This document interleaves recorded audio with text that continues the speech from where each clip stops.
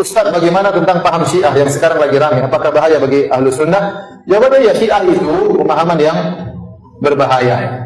Jadi banyak penyimpangan dalam orang Syiah. Di antaranya sebagian Syiah, banyak, bukan sedikit tapi banyak, yang meyakini Al-Quran yang ada sekarang ini sudah terjadi penyimpangan. Ini di antaranya. Kedua di antaranya, makanya kalau antum ada waktu cari buku tentang penyimpangan bahaya Syiah di Indonesia, karangannya MUI, Majelis Ulama Indonesia. Ya. Itu bukunya dibagikan gratis. Ya. Karena orang Syiah mulai masuk kemana-mana, dan di Bali juga ada orang Syiah.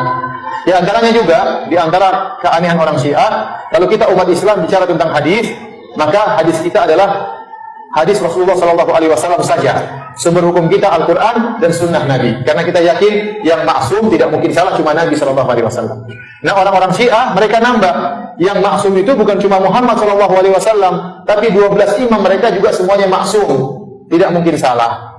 Imam mereka siapa saja? Kata mereka Ali, kemudian Hasan dan Husain, kemudian Ali Zainal Abidin, kemudian Muhammad Al-Baqir, Ja'far As-Sadiq, kemudian ada Ali Ridho, ada yang macam-macam sampai kepada Muhammad bin Hasan Al-Askar. 12 imam ini kata mereka maksum, tidak mungkin salah. Jadi posisi 12 imam ini fungsinya sama seperti Nabi Muhammad SAW. Sama-sama dipilih oleh Allah Subhanahu Wa Taala dan sama-sama maksum dan sama-sama jadi hadis. Oleh karena kalau kita lihat literatur mereka dalam buku-buku mereka seperti Al-Kafi, Al-Istibsar, kemudian misalnya buku mereka Biharul Anwar.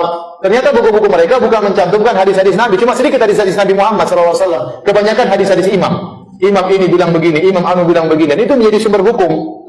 Oleh karenanya ini melazimkan bahwasanya waktu Nabi meninggal agama belum sempurna.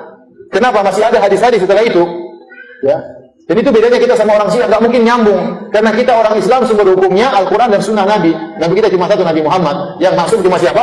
Nabi Muhammad. Selain Nabi Muhammad nggak ada yang maksum. Abu Bakar yang dijamin masuk surga pernah salah. Umar yang dijamin masuk surga juga pernah salah. Tidak ada yang maksum, semuanya bisa salah. Kata Imam Malik, kullun yurfadu min qawli wa yurad ila sahib hadzal khabar. Setiap orang bisa diterima dan ditolak perkataannya kecuali Nabi Muhammad SAW. Siapapun dia, Imam Syafi'i bisa salah, bisa salah. Bahkan Imam Syafi'i pernah berubah pendapat. Qaulul qadim, qaulul jadid, pendapat lama, pendapat baru, bisa berubah pendapatnya. Kenapa? Dahulu salah, sekarang diperbaiki oleh Imam Syafi'i. Ya. Imam Malik juga bisa salah. Semuanya bisa salah, apalagi kiai. Jelas bisa salah juga. Imam Syafi'i saja bisa salah, apalagi apa? Kiai. Makanya nggak ada namanya wali itu maksum, itu nggak ada. Dalam Islam nggak ada. Ya. Yang maksum cuma siapa? Nabi Muhammad SAW. Ini wali nggak mungkin salah. Nggak ada, itu yang maksum cuma Nabi. Siapapun dia, siapa yang lebih walinya lebih hebat daripada Abu Bakar? Abu Bakar super wali, tetap aja salah. Umar super wali, tetap aja bisa